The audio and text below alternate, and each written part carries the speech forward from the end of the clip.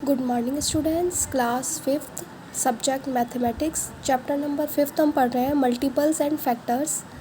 Exercise 5.1 question number first and second हमने class में किया था। आज हम पढ़ेंगे क्वेश्चन नंबर थर्ड।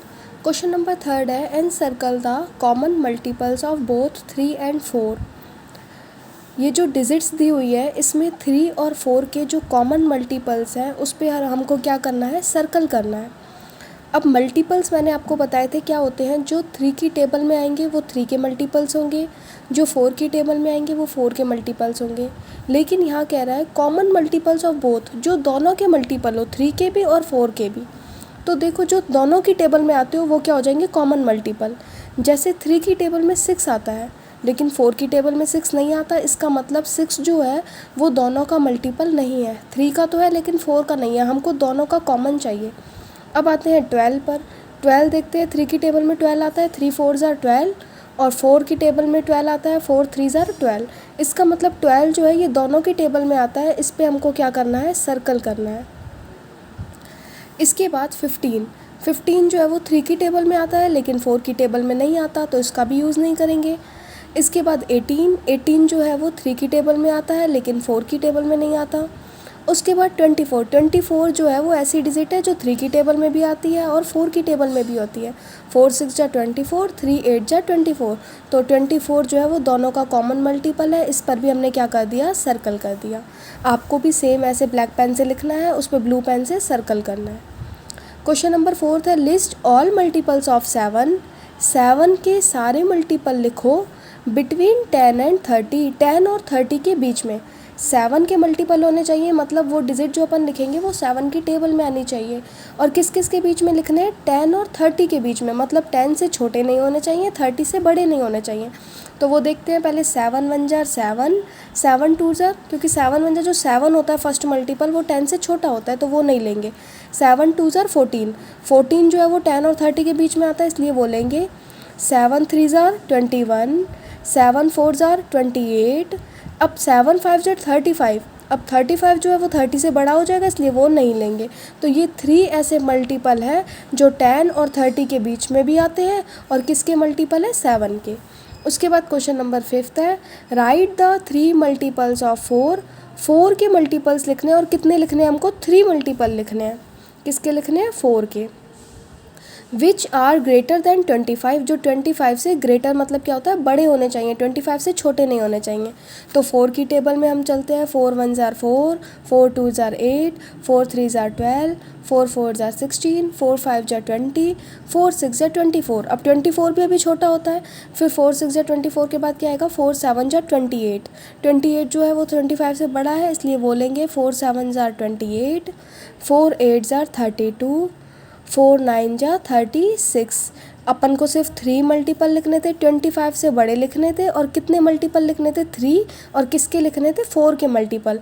अब देखो ये एक तो 3 डिजिट्स है और ये तीनों 4 की टेबल में भी आती हैं और तीनों जो है वो 25 से बड़ी भी है। इसके बाद नेक्स्ट क्वेश्चन है right the first smallest common multiple of 2 and 5। 2 और 5, जैसे अभी अभी ये कॉमन मल्टीपल वाला किया था ना, 3 और 4 का कॉमन मल्टीपल क्या होता है, जो दोनों की टेबल में आता है। ऐसे ही 2 और 5 का कॉमन मल्टीपल लिखना है लेकिन स्मॉलेस्ट, एक तो पहला और सबसे छोटा छोटा लिखना है। अब सबसे छोटा छोटा मतलब पहले अपन 2 की टेबल में चलते हैं। जैसे हम मल्टीपल्स लिखेंगे यहाँ मैं रफली करती हूँ, जैसे 2 2 1 jar 2, 2 2 jar 4, 2 3 jar 6, 2 4 jar 8, 2 5 jar 10, 2 6 jar 12। अपन ने फिलहाल इतने लिख लिए। और किसके लिखते हैं, 5 के लिखते हैं, 5 1 जार 5, 5 2 जार 10, 5 3 जार 15। अब देखो दोनों में कॉमन क्या है, 10। देखो इसमें भी आ रहा है, इसमें भी आ रहा है, और इससे छोटी कोई डिजिट ही नहीं है जो दोनों में सेम हो। सबसे छोटी डिजिट इन दोनों में क्या है, 10, जो सेम है दोनों में। इसका मतलब 2 और 5 का दोनों का कॉमन मल्टीपल क्या आ गया, 10, और ये क्या है, स्मॉलेस्ट मल्टीपल है, ठीक है। इसके बाद नेक्स्ट क्वेश्चन है right the first smallest common multiple of 8 and 12। Same जैसे ये क्वेश्चन किया था ना, ऐसे ही इसका करना है। 8 और 12 का स्मॉलेस्ट कॉमन मल्टीपल निकालना है। तो आप पहले 8 की टेबल लिखेंगे,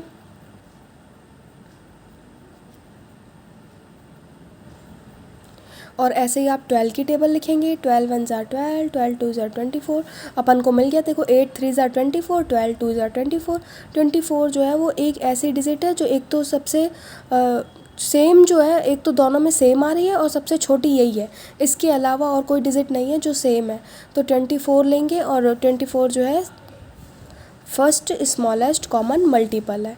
इसके बाद नेक्स्ट क्वेश्चन था right the smallest common multiple of 6, 9 and 15। जैसे यहाँ 2 डिजिट के निकाल रहे थे, यहाँ 3 के निकालने हैं। 6 के, 9 के और 15 के तीनों में कॉमन आने चाहिए। तो कैसे निकालेंगे, देखो पहले आप यहाँ पर लिख लो 6 के मल्टीपल।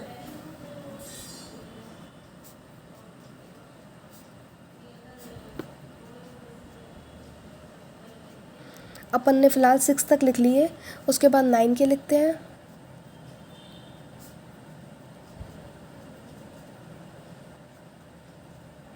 और इसके बाद 15 के लिखते हैं।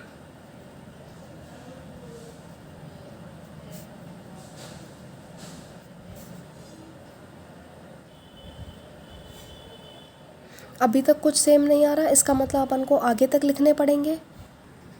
मैंने यहाँ पर मल्टीपल लिख दिए हैं। 6 के मल्टीपल मैंने लिखे हैं यहाँ तक 90 तक, और 9 के मल्टीपल भी 90 तक, और 15 के मल्टीपल भी 19 तक। अब 90 तक मल्टीपल लिखने के बाद देखो 90 ही सबसे जो है स्मॉलेस्ट मल्टीपल है जो तीनों में कॉमन आ रहा है। अदरवाइज़ और कोई डिजिट ऐसी नहीं है जो तीनों में कॉमन आ रही है। इट मीन्स इसका आंसर क्या हो जाएगा, जो तीनों में कॉमन आएगी इसका आंसर आ जाएगा 90। ये आपको ऐसे ही करना है, सबके मल्टीपल लिखने हैं और इसका आंसर क्या लिखोगे, answer is equal to 90। Same ये आपको अपनी नोटबुक में सारे क्वेश्चंस नोट करने हैं और अपनी समझने हैं एक बार अच्छे से। Thank you.